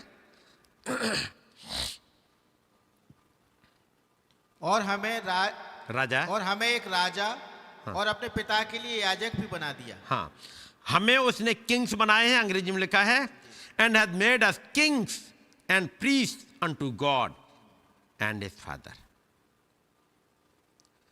To him be glory and dominion for ever and ever. ये किताब भी उन्हीं के लिए है। ये डिसीजंस, इसमें लिखी हुई बातें कौन समझेगा? जो राजा हैं और जो याजक हैं। क्योंकि राजा सुप्रीम कोर्ट के, यानी सुप्रीम राजा के द्वारा लिखी गई तो राजा ही समझ पाएंगे, और सुप्रीम कोर्ट के जज के द्वारा लिखी गई है, जिसे सुप्रीम जज कहते हैं, तो फिर बाकी नीचे के जज ही रेफर करते हैं फिर, है ना। ये किताब बहुत इंपॉर्टेंट है, इसलिए जल्दी इसको पढ़ना नहीं चाहते लोग, क्योंकि पल्ले पढ़ती नहीं। बड़ी टिपिकल लैंग्वेज में लिखी गई है। तब खुदाबंद ने इस युग में एक ऐसे को भेजा कि जिसने मदद करी थी यूना की लिखवाने में, वो आके एक्सप्लेन करे कि उस खुदा की मनसा क्या थी। जो है, जो था, जो है और जो आने वाला है, इसी को समझाने में एक लंबा हिस्सा लिया नबी ने। एक एक लाइन को समझाने में एक लंबा हिस्सा लिया। जो चर्च जी की किताब पढ़ेगा तब का दिस इज माई बुक। कारण क्योंकि यही है, वो यूना को लिखवा रहे हैं, यूना ये लिख दे, ये लिख दे, और पिछले 2000 साल में कोई एक्सप्लेन कर नहीं पाया। ये वो किताब है। उसी किताब में से पढ़ रहे हैं। दूसरा अध्याय, इफिसुस की कलीसिया के दूत के ये लिख, जो सातों तारे अपने हाथ में लिए हुए हैं। कौन लिख रहा है? लिखवा वो रहा है जिसके हाथ में सातों तारे हैं। और जब देखने लगे कि जरा तारों को देख लूं, इस युग के लोग, जब इस युग के लोगों ने देखना चाहा कि जरा तारों को देख लूं, तो क्या देखा? तारा तो एक भी नहीं देखा। एक खुली हुई छोटी किताब जरूर दिखी। एक छोटी खुली हुई किताब, लिखा है ना प्रकाश बाग 10 में, हम तो तारे देखने आए थे। कह रहे तारों में जो कुछ था वो किताब बन गया, और किताब तुम्हारे पास आई है। नहीं, हम तो देखे तारा, हमें दूध से मिलना है। कह रहे दूध किताब बन गया। सातों तारे दूध, सातों दूत किताब बन गए। अब मिलना है तो किताब में जाओ, किताब को पढ़ो। नहीं, हमें एक बार दिखाई दे जाए ना, दिल खुश हो जाएगा। कह रहा वो दूत मिल लेगा। लेकिन चक्कर क्या है? एक बात जो हम पढ़ रहे हैं, 7वीं आयत पढ़िएगा भाई, दूसरे अध्याय की। जिसके कान हो वो सुन ले कि आत्मा कलीसियाओं से क्या कहता है। पहले तो एक काम कर ले, जिसके सुनने के कान हो वो सुन ले। मेरी बात समझ रहे ना? यदि आप पढ़ोगे अदन की वाटिका में, उस आदम ने जब खुदा से मुलाकात करी तो आपने सुना होगा, और उसे सांझ के समय वो आवाज को चलते हुए सुना। क्या देखा? नहीं। पहले तो आवाज को सुना। जब दिन भर की चिक चिक बंद हो गई, दिन भर की चिक चिक, तुझे ऐसा नहीं करना चाहिए, तुझे ऐसा नहीं करना चाहिए था, क्यों चली गई थी फल खाने के लिए, मैं क्या करूं, मेरा तो लगोट ऐसा वाला बना ही सही आता ही नहीं, फिट नहीं बैठ रहा मेरे को, तो तुमने सही से नहीं सिला है, ये ऐसा है वैसा, पूरे दिन की चिक चिक। समझ रहे हैं ना? ये पूरे दिन घरों में चलती रहती है चिक चिक। पूरे दिन की चिक चिक जब खत्म हुई, उसके बाद जब सांझ हुई, अब वो सुप्रीम जज आ रहे हैं। जब चिक चिक से ध्यान हटे तो आवाज सुनाई दी। ये सब हम सबके लिए है। जब तक चिक चिक ही सुनाई देती रहेगी तब तक ये कहां सुनाई देगा, क्योंकि ये आवाज बड़ी मीठी और धीमी आती है, क्योंकि ये वाली आवाज इन कानों से नहीं सुनाई देती। और इस वाली आवाज को सुनने के लिए इस कानों को भी थोड़ा रेस्ट चाहिए। इन कानों से सुनाई नहीं देती है, लेकिन चाहिए कि ये बंद हो जाए थोड़ी देर के लिए, तब वो वाले कान खुले जो हृदय के अंदर है, तब वो आवाज सुनाई देगी, तब वो वचन बात करना स्टार्ट करेगा। तो आदम ने पहले क्या करा, उस आवाज को आते हुए सुना। कैसे समझ में आया कि वो आवाज आ रही है? तब नबी ने समझाया, आपने पढ़े होंगे मैसेज। और वो सांझ का समय हुआ, हर रोज मीटिंग होती थी, और आदम जो कि सॉन्ग लीडर हैं अब वहां पर, वो गाएंगे आइए वर्शिप करें। और बस उसके बाद जो रूटीन था, और सारे जानवर इकट्ठे हो जाते, सारी चिड़ियां इकट्ठी हो जाती थी, खुदावंत की वर्शिप करने लगते थे। ये सब कुछ चला है, खुदावंत की वर्शिप। और उसके बाद वहां आदम कहता था नाउ ही इज हियर। क्यों? कि जब ये वर्शिप चल रही है तब आदम सुन लेता था नाउ ही इज हियर। सारे तो आ गए, जानवर सारे आ गए, चिड़ियां सब आ गई खुदावंत की वर्शिप करने के लिए, और वो वर्शिप करने लगे क्योंकि मीटिंग का टाइम हो गया है। आदम ही नहीं, चिड़ियां वर्शिप करने लगी। आदम को समझ में आ गया वो टाइम आ गया।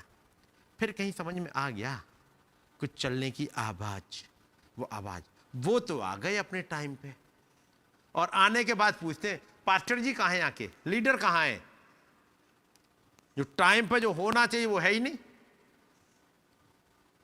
पूछे वो है कहाँ? तब वो ढूंढते, किसी ने बताया वो उधर देखे गए थे, जैसे कहा वो वहां देखे गए थे। अब वो ढूंढने जाए, आदम तुम अपने प्लेस पे हो नहीं, कह रहे प्रभु आने लायक नहीं हुआ। तब उनके लिए एक वो प्रोवाइड कर रहे हैं, है ना। तो एक आवाज पहले सुनाई दे रही है। भाई ब्रानम उस गुफा में गए, पूरे दिन भर वो दुआ कर रहे हैं सिटी से दूर, ताकि कान सेंसिटिव हो जाएं। रात में कहीं इससे पहले कि अभी आवाज सुनाई दे, वो कहते मुझे एक प्रेशर सा लगा, एक कोई है गुफा में, दिख नहीं रहा है, अभी कोई आवाज नहीं आ रही है, लेकिन है कोई। फिर एक वो रोशनी सी, जैसे कुछ चलता सा आ रहा है, आवाज आ रही है लेकिन अभी समझ में नहीं आया, कुछ दिख नहीं रहा। फिर एक रोशनी दिखी, फिर रोशनी बढ़ती गई, फिर एक इंसान दिखाई दिया, अब आके बातचीत करेगा। खुदावंत का एक तरीका है। तो फिर यहां कहते जिसके सुनने के कान हो, जब ये बंद हो जाए तब। अब बात करो, खुदावंत से मेरी मुलाकात नहीं हुई है कि नहीं हुई है, पता नहीं हुई है। पहले देखो क्या उसको टाइम दिया था। वो तो आएंगे, हो सकता है मीटिंग में आपके बगल से भी गुजर जाएं, लेकिन क्या सुनने वाले कान तैयार हैं? वो वाले कान, ये वाले नहीं।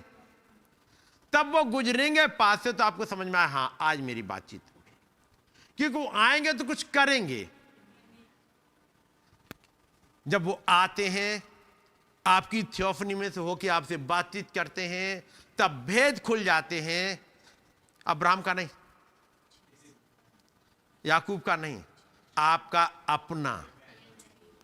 यदि वो भेद खुले तो चीज समझ में आने लगती है। साथ में आज पढ़िएगा, जिसके कान हो वो सुन ले कि आत्मा कलीसियाओं से क्या कहता है। आगे, जो जय पाए मैं उसे उस जीवन के पेड़ में से जो खुदा के स्वर्ग लोक में है फल खाने को दूंगा। अब पहला पॉइंट है, क्योंकि अब साथ में आयत में आपने देखा जो जय पाए, ठीक है नहीं, बगैर लड़ाई के कुछ नहीं मिलना। और इफिशियंस पैरेलल टू जोशुआ, ये भी पढ़ लिया होगा। जोशुआ के साथ वो प्रॉमिस लैंड में पहुंच चुके थे, यरदन नदी पार हो गई थी, पार कर लिया था ना। खुदा का संदूक आगे चला, यरदन नदी पार कर ली, गिलगाल हो चुका, नाम धराई दूर हो चुकी, जस्टिफिकेशन वगैरह सब निकल चुके। अब प्रॉमिस लैंड में खड़े हुए हैं, पढ़ा है, लेकिन जमीन अधिकार में नहीं आई अभी। तब वो यहोवा निसी आते हैं, जरा देख लेते हैं वहां पर यहोशू की किताब,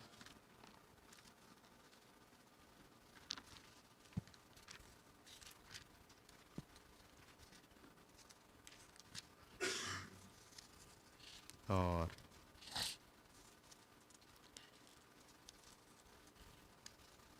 उसका 5वां अध्याय और उसकी 10वीं आयत पढ़िएगा। इसलिए इजरायली गिलगाल में डेरे डाले रहे और उन्होंने यरीहो के पास के अराबा में पूर्णमासी की संध्या के समय फसह माना।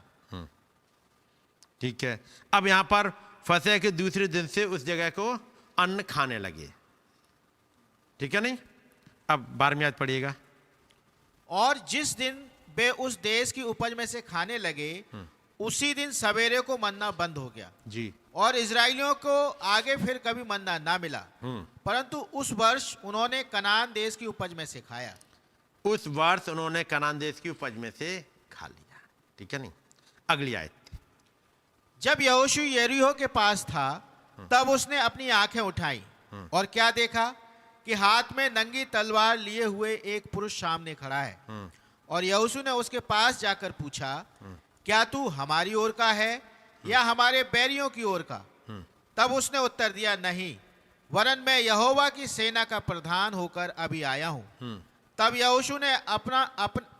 यहोशू ने पृथ्वी पर मुंह के बल गिरकर दंडवत किया और उसने कहा, अपने दास के लिए मेरे प्रभु की क्या आज्ञा है? आगे। यहोवा की सेना के प्रधान ने यहोशू से कहा, अपनी जूती पांव से उतार डाल, क्योंकि जिस स्थान पर तू खड़ा है वो पवित्र है। तब यहोशू ने वैसा ही किया। अब यहां पर यरीहो के सामने पहुंच चुके हैं, नदी पार, वो यरदन नदी पार करके वहां हैं। अभी लड़ाई के लिए गए नहीं हैं यहोशू। कब तक? जबकि लोग वहां का अन्न खाने लगे हैं, लेकिन अभी लड़ाई पर नहीं गए। देश अभी कब्जे में नहीं है, पार हो चुके हैं। अब लड़ाई स्टार्ट करें, पहले वो प्रधान तो आ जाएं। और जब वो प्रधान आ गए यहोशू के पास, अब ये आगे बढ़ेगा, अपनी मर्जी से नहीं जा रहा। अब लड़ाई करने के लिए आगे बढ़ेंगे, लेकिन कुछ चाहिए तो, एक इंस्ट्रक्शन तो हो, कुछ दिखाई तो दे। अब यहां पर जो हमने पढ़ा वापस प्रकाशित वाक्य में, जो जय पाए, किस बात पे? जो जय पाए, तो किस बात पे जय पाए? किससे लड़े? कोई इंस्ट्रक्शन मिली? ऊपर लिखा है 6ठी आयत, पर हां तुझ में यह बात तो है कि तू नीकुलइयों के कामों से घृणा करता है, जिनसे मैं भी घृणा करता हूं। किस पे जय पाए? इस नीकुलईवाद पे, क्योंकि अब तक बिलामवाद नहीं आया था, ईजाबेलवाद नहीं आया था। उस इफसुस में नीकुलईवाद आ गया था। नीकुलईवाद कब समझ में आएगा? इसी नीकुलईवाद को दूसरा कहते हैं एंटी क्राइस्ट स्पिरिट। ये तो पढ़ा होगा। एंटी क्राइस्ट कैसे समझ में आए?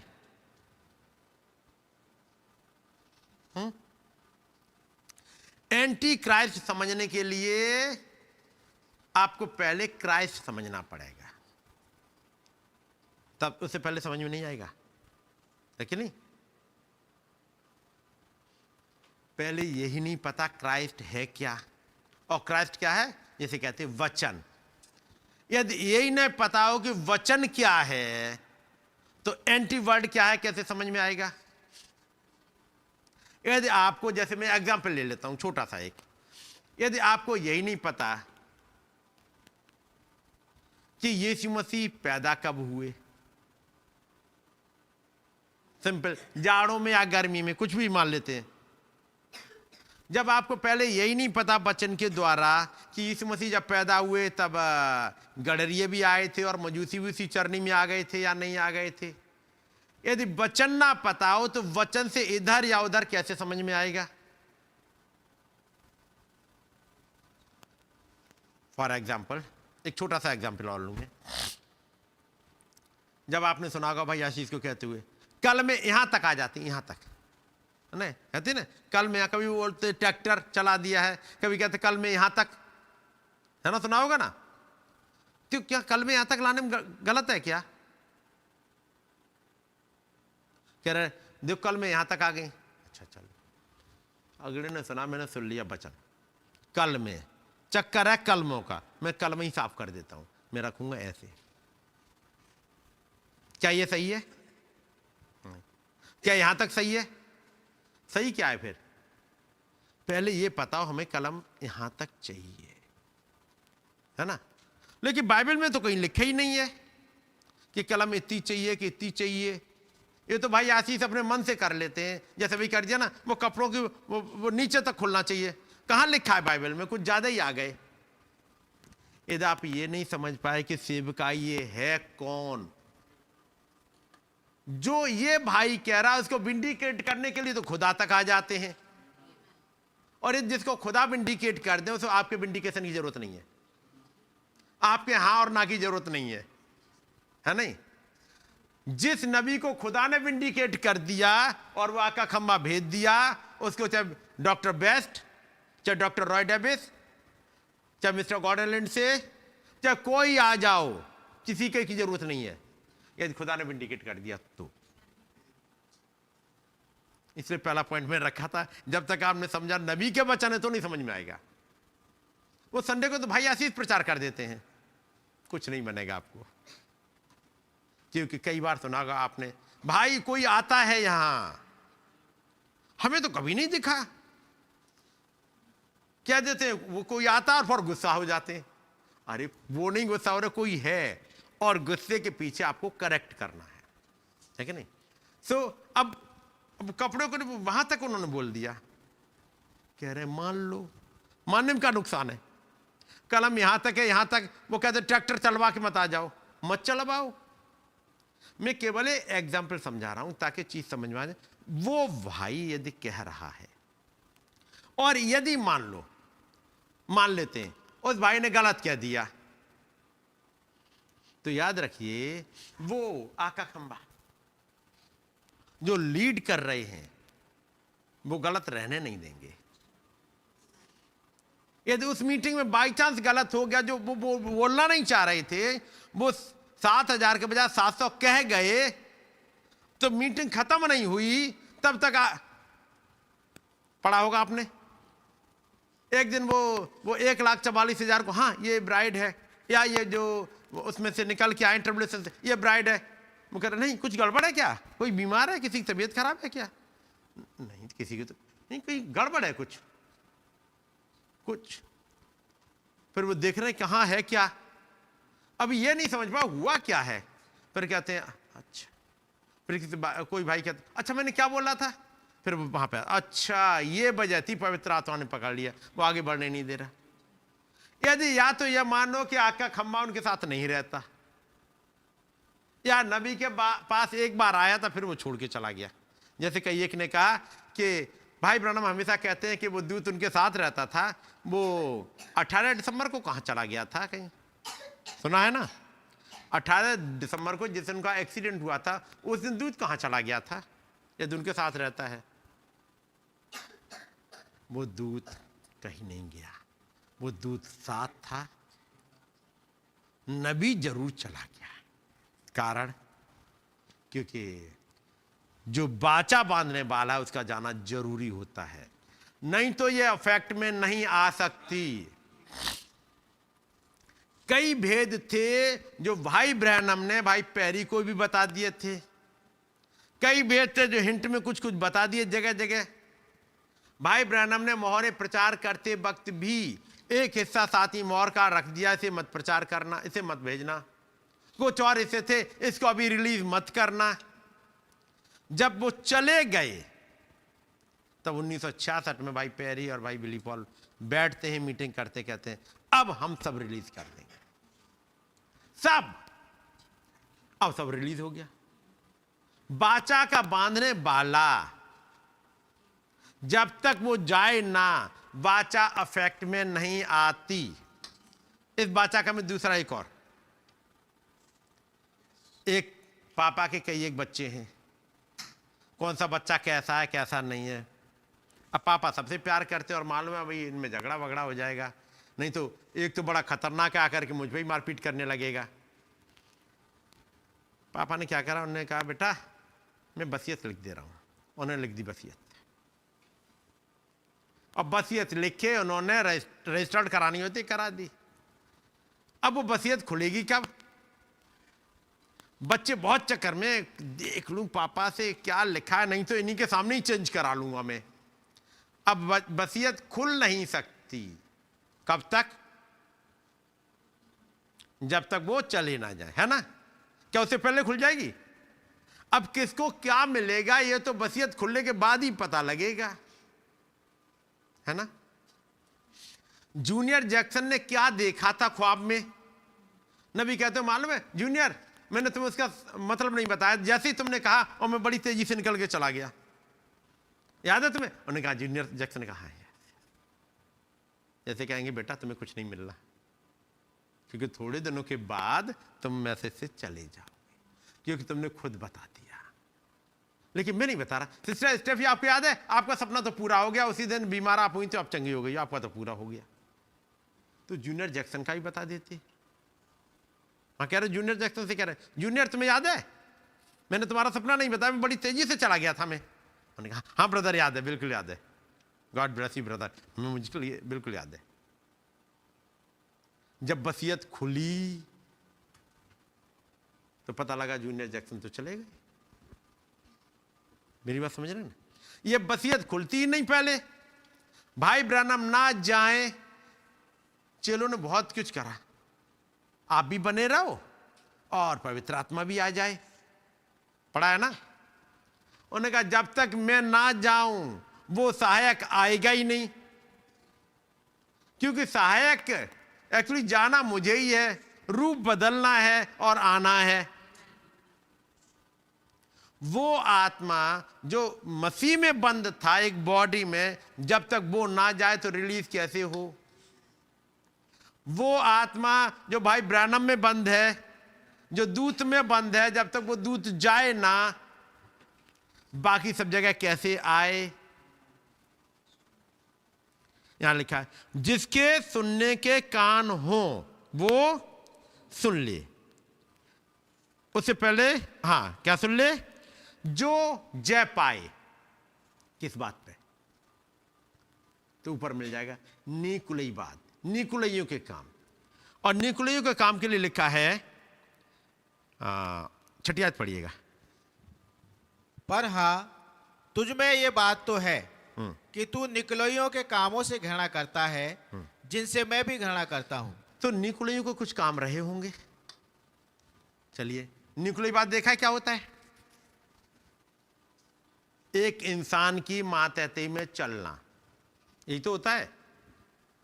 बहुत अच्छी तरह समझ लिया, सबने समझा है।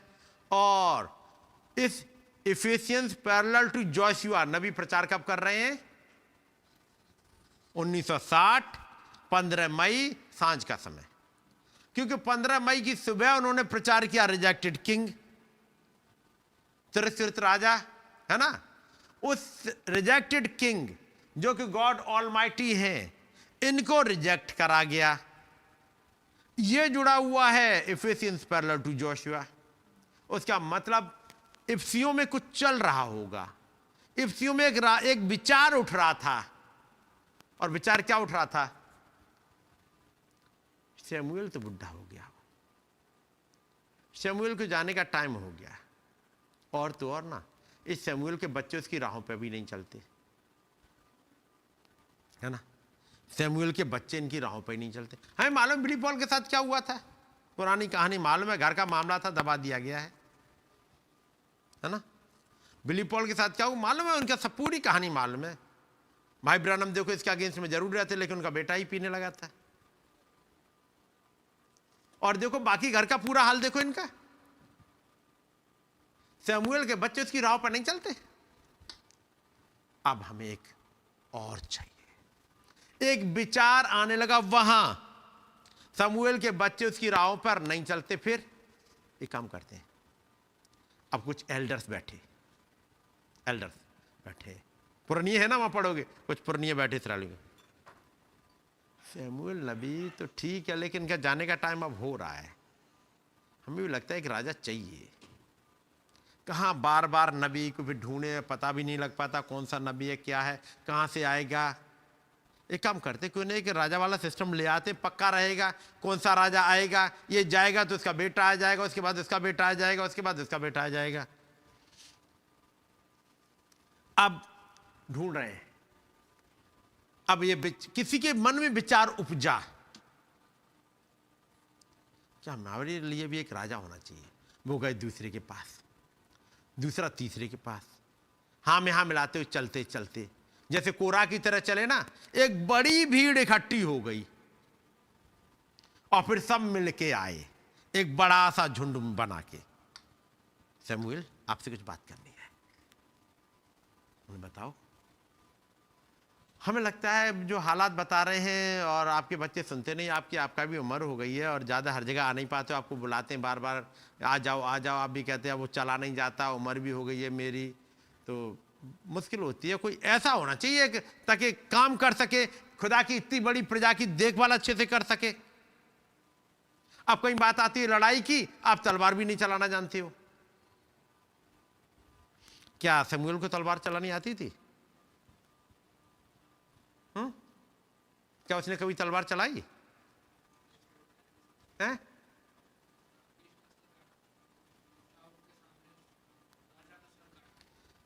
जिस राजा का सर काटने के लिए साउल जैसे राजा की हिम्मत ना पड़ी, उसको शमूएल नबी ने उड़ा दिया।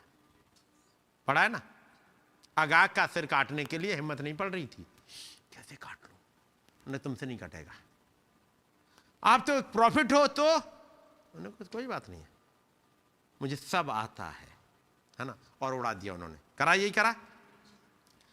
कब? जब बुढ़े हो गए थे, तब जब राजा बना दिए गए साउल, उसके बाद लड़ाई के लिए गए, तब। नबी को ऐसा हल्का मत जान लीजिएगा, उसे बहुत कुछ आता है। तो ऐसे में एक विचार, फिर दूसरा विचार, फिर तीसरा विचार, अल्टीमेटली क्या बनाएंगे? राजा साउल। तो पौलुस के समय में, यूहन्ना के समय में, पतरस के समय में कुछ सिर उठने लगे थे ये विचार, नीकुलईवाद के वहां से, जिसके लिए पौलुस ने कहा मेरे जाने के बाद फाड़ खाने वाले भेड़िए आएंगे, वो कहीं घूमने लगे थे। तब वो पौलुस हो, अच्छा पौलुस ने देखा, उन्हें भेड़ियों की तरह बताया। यूहन्ना कह रहे हैं हर एक आत्मा की प्रतीति ना करो, पर आत्माओं को परखो। वो तो कह रहे भेड़िए, भेड़िए कौन है? कह रहे भेड़िए समझ में तब आएंगे जब आत्मा को समझोगे, तो भेड़िए समझ में आएंगे, नहीं तो भेड़िए समझ में नहीं आएंगे। क्योंकि भेड़िए हैं, वो भेड़ के खाल में घूम रहे हैं, और आप चर्चे पढ़ोगे इफ्सियों वाला, आपको बहुत कुछ मिल जाएगा। उसका मतलब हमें भी कुछ करना चाहिए। ये विचार चल रहा है, और चलते चलते 325 में वो एक राजा को ले आएंगे, एक पोप को ले आएंगे। पौलुस जो दूत है उसी का एक आवाज कही जा रही है, जिसके सुनने के कान हो वो सुन ले कि आत्मा कलीसियाओं से क्या कहता है।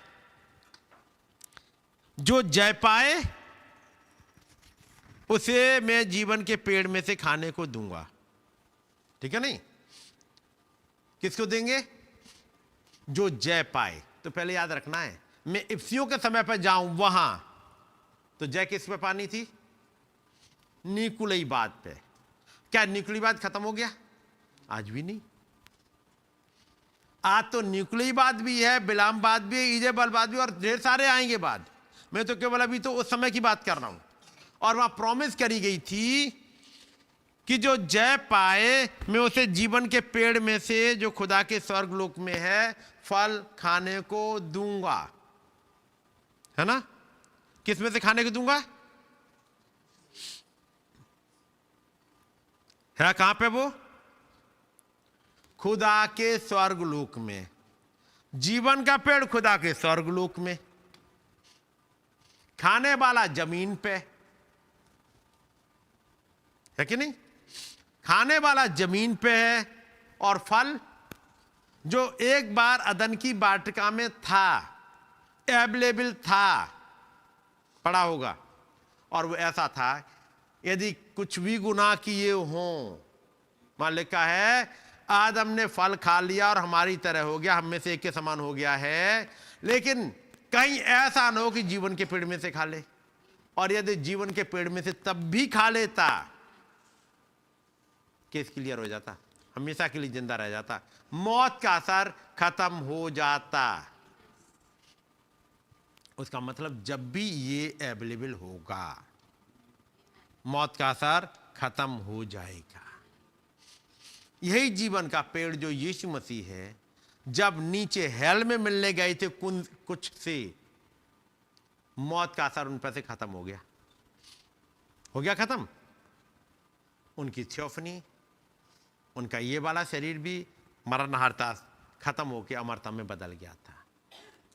अब बताया, यहां पर लिखा है जो खुदा के स्वर्गलोक में है, जीवन का पेड़ स्वर्गलोक में, खाने वाला जमीन पे। तो या तो फल जमीन पे आए, वो जीवन का पेड़ जमीन पे आए, या फिर खाने वाला जाए। यही तो संभव है, या तो ये खाने वाला वहां जाए या फिर फल यहां आए। ठीक है नहीं? अब खाने वाला वहां जाए कैसे? लेकिन वायदा है इस युग में वो फल, वो पेड़ अवेलेबल हुआ। कौन? जीवन का पेड़, जो वायदा किया गया था। लेकिन है किसके लिए ये? जो जय पाए किस पे? निकुलईवाद पे। निकुलईवाद क्या होता है? एक इंसान की मातहती में चलना। अच्छी तरह समझा। एक जन आए, कह रहे आप बता रहे हो हमें इंसान की मातहती में चलना। सबसे ज्यादा निकुलईवाद में तो फंसे हो तुम लोग, जो एक आदमी के चलाए चलते हो, बाइबल कम पढ़ते हो और एक आदमी की बातों में ज्यादा चलते हो। हम तब भी कम से कम बाइबल पढ़ते हैं, और तुम लोग, एक नबी आया, आए किताब निकाले उसकी, नबी की। निकुलईवाद में तुम फंसे हो कि हम फंसे हैं? अब आप सोचो, ताकि निकुलईवाद समझ में आए। एक जन जिसके साथ में आप चल रहे हो, यदि वो खुदा की मातहती में चल रहा है तो आप निकुलईवाद में नहीं हो। एक जन जिसके मातहती में आप चल रहे हो, वो खुदा की मातहती में नहीं है, आप निकुलईवाद में हो। मेरी बात समझ रहे हैं ना? निकुलईवाद आया समझ में? दोनों ही इंसान के नीचे चल रहे हैं, लेकिन देखो ऊपर लाइन कटी है कि जुड़ी है? यदि लाइन जुड़ी है तो जुड़ी का प्रूफ मिलता रहेगा। क्या इनका प्रूफ मिला? क्या इनका प्रूफ मिला? यदि ये प्रूफ मिला रहा तो इसका मतलब है आप फ्री होके चलो, आप किसी निकुलईवाद में नहीं फंसे। आप कहां चल रहे हो? खुदा के नीचे नहीं। लेकिन आप तो इंसान की बात कर रहे हो। यदि इंसान अपनी अकल से नहीं चल रहा, खुदा के साथ चल रहा है, तो आप निकुलईवाद में नहीं हो। और यदि चाहे वो पोप हो चाहे कोई हो, यदि वो ऊपर वाला कनेक्शन कटा है, कनेक्शन कैसे पता लगेगा? खुदाबंद विंडिकेट करते हैं कि नहीं? क्या वो वचन की आयतें वहां पूरी होती हैं कि नहीं? यदि वो है, सही है, विंडिकेटेड है खुदाबंद की तरफ, चलते जाओ फ्री, एक भेड़ की मानंद, है ना? जो वो कहता है चलते जाओ। यदि विंडिकेटेड नहीं है तो उसमें फंस गए। एक तो हो गया इंसान की। अब कई बार क्या होता है, मान तो रहे हैं, जैसे जो कई कहते, हाँ हम तो भाई ब्रैनम की बात को ही मानते हैं। जैसे कुछ लोग थे भाई लाल से, वैसे हैं तो भाई लाल ही हमारे पास्टर, तो आते क्यों नहीं थे मीटिंग में? भाई एक लंबे समय से नहीं है, मीटिंग से आउट हो गए बहुत पहले हैं, तो वैसे भाई लाल ही हमारे पास्टर। वो कौन से वाले पास्टर हैं फिर? वैसे ही भाई ब्रैनम की किताबें, लेकिन कुछ कुछ बातें हैं जो थोड़ी सी ठीक नहीं है। बाकी भाई ब्रैनम वास्तव में खुदा के नबी थे। ऐसे कहा ना मिस्टर एलन ने, ए एलन ने, टी एल एस ने ये लिखा था, वो खुदा का क्या माइटी जन था और खुदावंद ने बहुत ही इस्तेमाल किया। बस वो आखिरी दिनों में कुछ थोड़ा सा कुछ वो हट गए थे या मिस्टर जूनियर जैक्सन की तरह तुम भी हट गए थे? क्योंकि समझे नहीं क्या कहा, है ना। तो क्या है, एक निकुलई बात है, यह समझना पड़ेगा, चाहे फिजिकल तौर पे चाहे आत्मिक तौर पे। क्योंकि यदि इस पे जय नहीं पाए तो क्या होगा? फिर से पढ़ना 7वीं आयत। जिसके कान हो वो सुन ले कि आत्मा कलीसियाओं से क्या कहता है। जो जय पाए, किस पे? अब केवल इफिसुस के लिए देख रहे हैं केवल आज, किस पे जय पाए?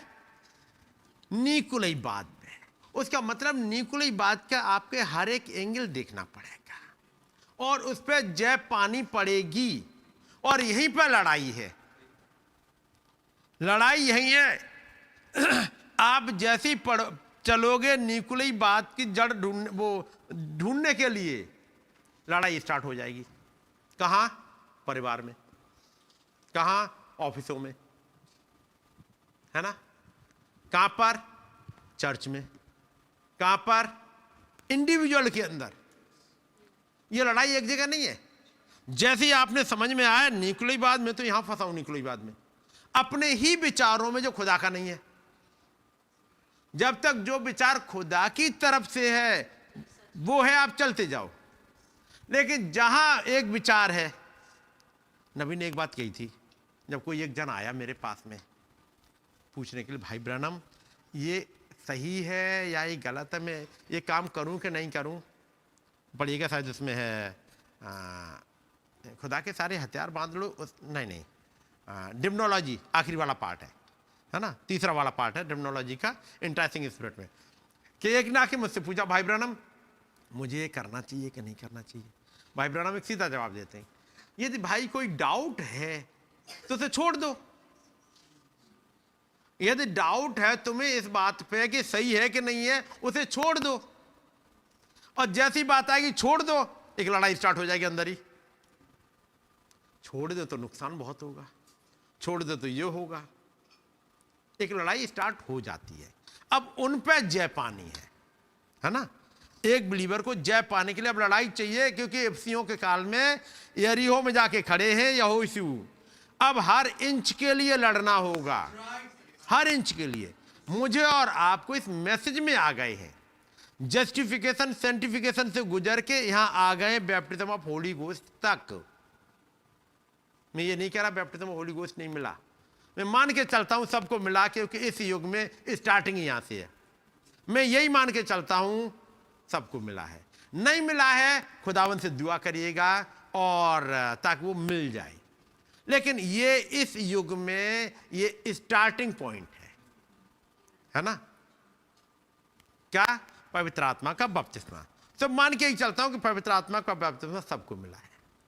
अब स्पिरिचुअल लेवल पे मिला है या सोल में है या फिजिकल लेवल पे है, उसका डिसाइड करने वाला मैं नहीं, वो महान खुदाबंद है, ठीक है नहीं। लेकिन मैं मान के चलता हूं मिला है। अब जब प्रॉमिस लैंड में यानी यरीहो में खड़े हैं, अब हर इंच के लिए लड़ना है। तो निकुलइयों के काम केवल फिजिकल रियल में नहीं रहेंगे, आत्मिक रियल में भी लड़ना पड़ेगा।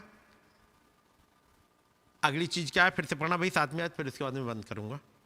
जिसके कान हो हाँ, वो सुन ले हाँ, कि आत्मा कलीसियाओं से क्या कहता है। तो कौन से कानों की बात कर रहे हैं? इनकी नहीं, वो हृदय के कान, वो सुन ले।